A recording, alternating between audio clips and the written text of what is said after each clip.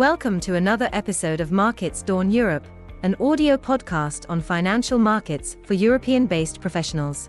A minimalistic solution to the information overload in mainstream and social media. This is what you need to know today.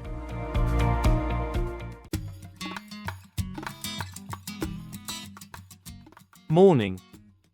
Market sentiment is being driven by corporate earnings and traders positioning ahead of Tuesday's election.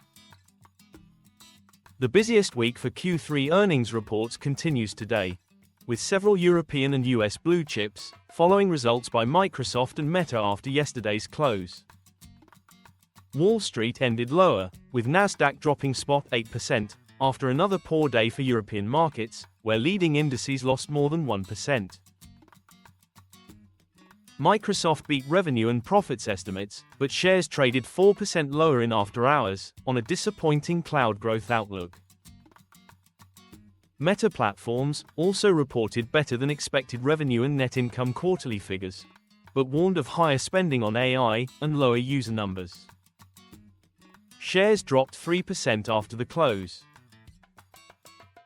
Nasdaq futures are 7% lower overnight, and European futures are down 0.5% in early morning trading. All Asian stock indices are in the red today, down between 0.5% and 1%, with Singapore and Taiwan closed on holidays. UBS's revenue and profit came in well above estimates, but shares lost 4.5%, the most among Stoxx 50 members, due to an uncertain regulatory environment and the bank's capital requirements in the near term.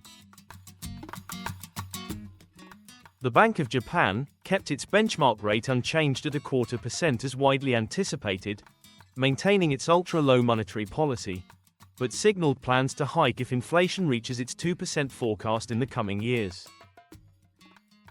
The central bank highlighted global risks as its main focus, particularly the US election. The yen is trading firmer today below 153, near its 3-month low, while stocks are a touch lower. In data yesterday, the US economy expanded by 2.8% annualized in Q3, a solid pace, slightly below the 3% recorded in Q3. GDP in the Eurozone expanded by just 4% quarter-on-quarter in Q3, still weak, as Germany's economy remained stagnated, but much better than expected.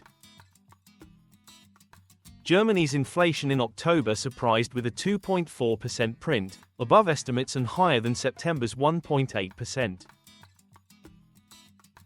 The yield on 2-year German bonds rose by 12 basis points to 2.28%. The highest closing level in 2 months. In the UK, the gilts yield curve shifted between 4 and 5 basis higher, and the pound fell sharply against the euro, after the budget announcement, which anticipates a fiscal expansion with higher public borrowing, spending, and a £40 billion hike in taxes. Data today: Eurozone inflation, Germany retail sales, US personal consumption, PCE inflation index and jobless claims. Earnings reports: Total, Shell, InBev, BNP, BBVA and Intesa in Europe. Apple and Amazon after the US close, and Intel, MasterCard and Uber before the open. The central banks of Colombia and Ukraine meet today. Thanks for your time, see you tomorrow.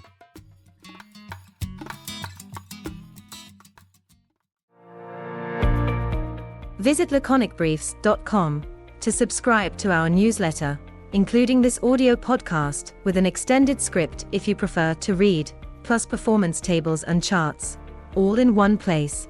Delivered straight to your inbox every morning, Monday to Friday.